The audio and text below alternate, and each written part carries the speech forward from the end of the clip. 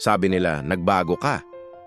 Pero ang totoo, hindi ka naman talaga nagbago o lumayo. Baka sila lang ang tumigil makinig.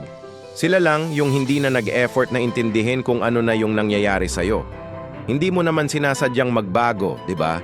Pero siguro umabot ka lang talaga sa puntong napagod ka na. Napagod ka sa mga relasyong parang ikaw lang lagi ang nagpupuno, ikaw lang ang nag-a-adjust, habang sila unti-unti nang nawawala sa eksena. Madalas nating sisihin ang distansya. LDR kasi kami. Malayo kasi siya. Pero isipin mo, hindi naman talaga yung kilometro ang pumapatay sa isang relasyon. Ang tunay na pumapatay ay yung unti-unting panlalamig ng usapan. Yung dating excited na kamusta araw mo na nauwi na lang sa formal at tipid na okay lang. Yung dating walang katapusang tawanan at asaran na bigla na lang napalitan ng nakabibinging katahimikan. Minsan, andyan pa rin kayo para sa isa't isa, magkasama pa rin sa iisang lugar, pero bakit parang wala ng koneksyon? Parang may invisible na pader sa pagitan nyo. Ito yung masakit, di ba? Yung magkausap nga kayo pero parang nasa magkaibang mundo na ang isip at puso ninyo.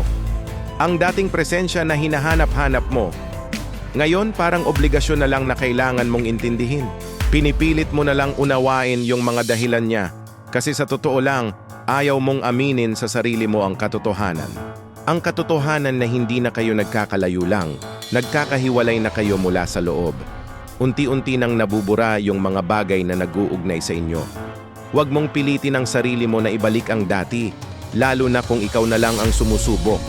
Kasi minsan, ang pinakamatapang na gawin ay tanggapin na wala nang babalikan. Hindi yung malayo na kayo sa isa't isa ang problema.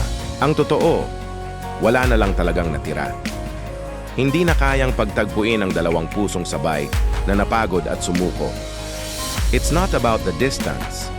It's the disconnection. Kung nakaka-relate ka sa pinag-uusapan natin ngayon, i-comment mo yan sa baba. At para sa mas marami pang makabuluhang usapan na tulad nito, huwag kalimutang i-click ang subscribe button at i-on ang notification bell. Salamat sa pakikinig.